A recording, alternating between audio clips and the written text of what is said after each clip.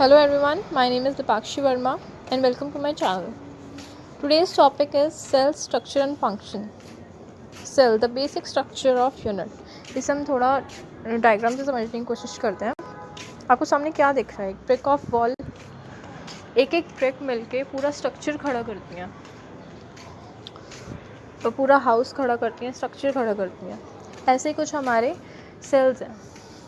ये एक ब्रिक हमारी एक यूनिट है.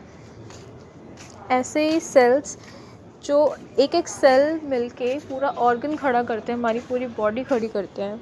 ये एक्चुअली ऑनियन पील है, जो कि आपने देखा होगा कि ऑनियन के अंदर एक वाइट लेयर होती है, ये वही है, उसी को रिप्रेजेंट किया है इन्होंने.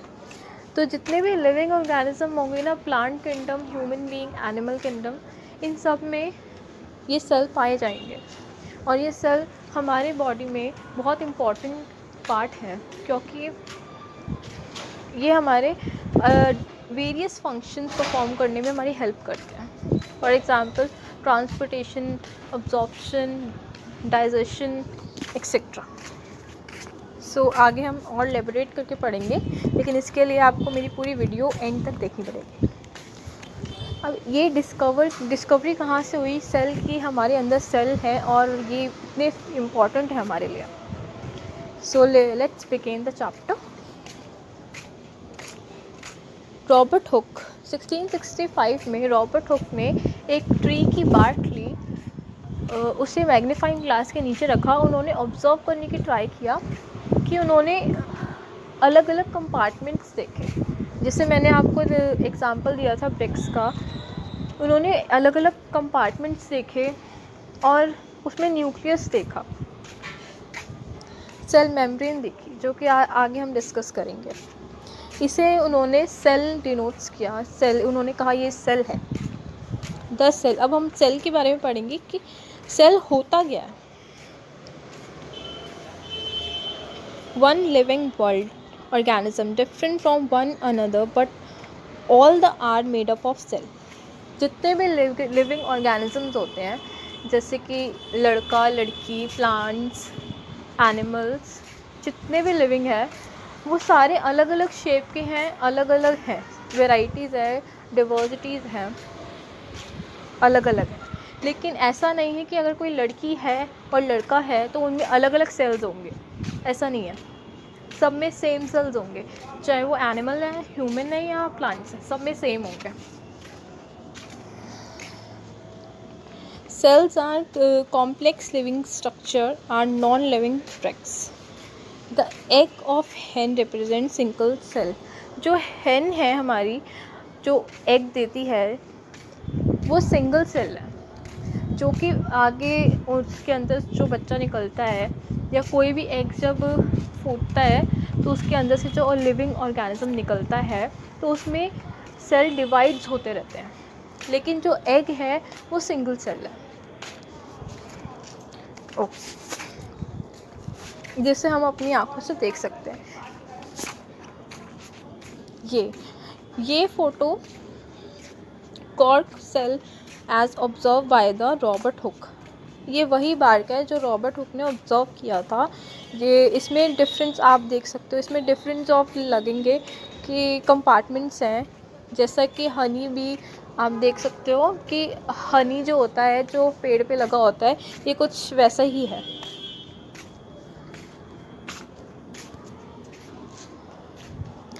Organism shows variety in cell number of shapes and size. जो ऑर्गेनिज्म्स होते हैं उनके अंदर सेल्स होते हैं. सेल्स डिफरेंट साइज़ के होते हैं, डिफरेंट शेप्स के होते हैं. उनका डेफिनेट शेप भी नहीं होता, डिफरेंट साइजेस होते हैं. Millions of living organism, different shapes and varieties. Number of cells. Human body के अंदर ट्रिलियंस ऑफ सेल्स होते हैं जो अलग अलग शेप ऑफ साइज़ के होते हैं. और सेल्स जो है वेरियस फंक्शन परफॉर्म करते हैं, जैसा कि मैं बता चुकी हूँ. Organism made up of more than one cell. जो ऑर्गेनिज्म ज़्यादा सेल्स के होते हैं, मतलब more than one cell, 1 cell से ज़्यादा सेल्स होते हैं जिनके अंदर, उन्हें हम मल्टी सेल्यूलर कहते हैं। Multi means many and cellular means cells. The number of cells being less smaller organism does not in any way। अब ऐसा नहीं है कि अगर कोई छोटा है, जैसे एलिफेंट बड़ा है साइज़ में और रैट छोटा है, तो ऐसा नहीं है कि सेल्स एलिफेंट के बड़े होंगे और रैट के छोटे होंगे, ऐसा नहीं है।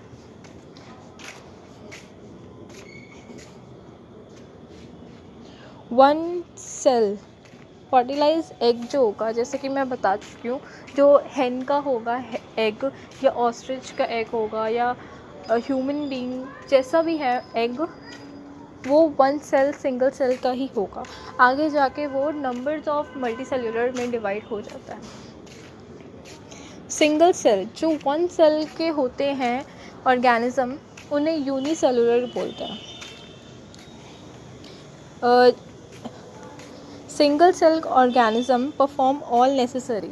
जितने भी सिंगल सेल ऑर्गेनिज्म हैं, ऐसा नहीं कि मल्टी सेलुलर वाले कुछ ज़्यादा फंक्शंस कर रहे हैं सिंगल सेल से और सिंगल सेल थोड़े कम कर रहे हैं, ऐसा कुछ नहीं है। सिंगल सेल उतने ही फंक्शन कर सकते हैं जितने मल्टी सेलुलर बॉडीज़ कर सकती हैं। ये पिक्चर है अमीबा और पैरामीशियम।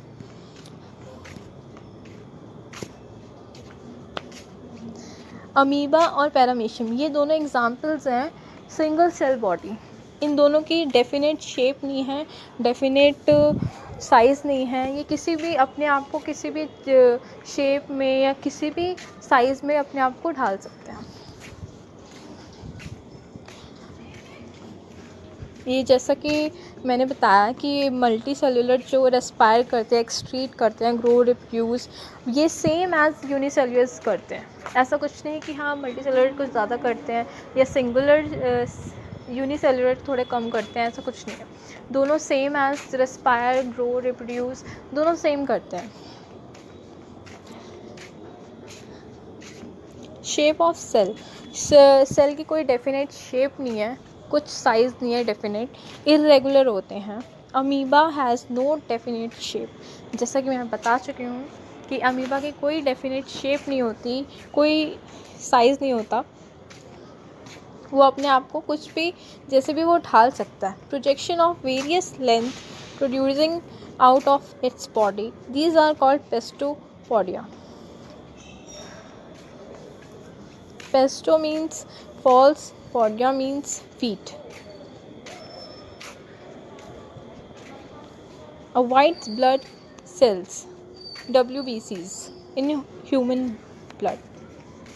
आपने सुना ही होगा red blood cells and white blood cells. White blood cells are soldier of body. जो वाइट ब्लड सेल्स होते हैं वो हमारे सोल्जर्स होते हैं हमारी बॉडी के। जो भी बैक्टीरिया, वायरस हमारी बॉडी में आता है तो वाइट ब्लड सेल्स उनको भगा देते हैं, उनको मार देते हैं कि तुम हमारे बॉडी में नहीं आ सकते, तुम अलाउ नहीं हो, उनको भगा देते हैं। अब जो वाइट ब्लड सेल्स, इनकी भी कोई डेफिनेट शेप नहीं होती, बस राउंड होते हैं, कुछ लॉन्ग हो जाएंगे, राउंड, स्फेरिकल और लॉन्ग, यही सब इनकी होते हैं। बोथ द एंड्स पॉइंटेड, किसी सेल्स के पॉइंटेड एंड्स हो जाएंगे। ये जैसे कि आप ए पार्ट में देख सकते हो कि ये स्फेरिकल है और बी में देख सकते हो कि ये पॉइंटेड एंड्स हैं। ये भी सेल्स हैं। कुछ एनिमल्स के या ह्यूमन बीइंग में ऐसे सेल्स मिल जाते हैं कि अलग अलग शेप्स में। Cells sometimes are quite long, sometimes long हो जाते हैं, sometimes branded like nerve cells. Nerve cells और न्यूरॉन, ये बड़ा इम्पॉर्टेंट टॉपिक है और ध्यान देने वाला टॉपिक है, तो प्लीज़ पे अटेंशन। न्यूरॉन ये हमारे बॉडी के अंदर होते हैं और ये मैसेज भेजते हैं माइंड तक। मतलब कुछ समझ नहीं आया ना, मैं रिपीट करती हूँ। जो नर्व्स होते हैं हमारी एग्ज़ाम्पल के तौर पे लेते हैं, अगर हम किसी गर्म चीज़ को टच करते हैं तो हम जल्दी से हाथ हटाते हैं, भाई ये बहुत गर्म है और हाथ हटा लेना चाहिए। जैसे कि आप जानते हो कि जो हमारा माइंड है वो हमारे पूरे बॉडी पार्ट्स को कंट्रोल करता है कि कहाँ हाथ हटाना है, कहाँ हाथ लगाना है, क्या करना है, वॉक करना है या हाथ पैर फेंकने हैं। जो भी फंक्शन है हमारा माइंड हमें कंट्रोल करता है, ठीक है। ये जो न्यूरॉन्स हैं हमारी पूरी बॉडीज़ के अंदर होते हैं और ये न्यूरॉन भेजते हैं माइंड तक मैसेज कि भाई ये चीज़ बहुत गर्म है और तुम्हें यहाँ से हाथ हटाना है, तो ये हाथ हटा लेता है माइंड। ये आप इसकी डेफिनेशन भी देख सकते हैं। Nerves receive and transfer message thereby helping to control coordinate the working of different parts of the. जैसे कि आप ये देख सकते हो सी में स्ट्रक्चर, जो सी है ये हमारा न्यूरॉन है, नर्व सेल, इसे नर्व सेल भी बोल सकते हैं हम।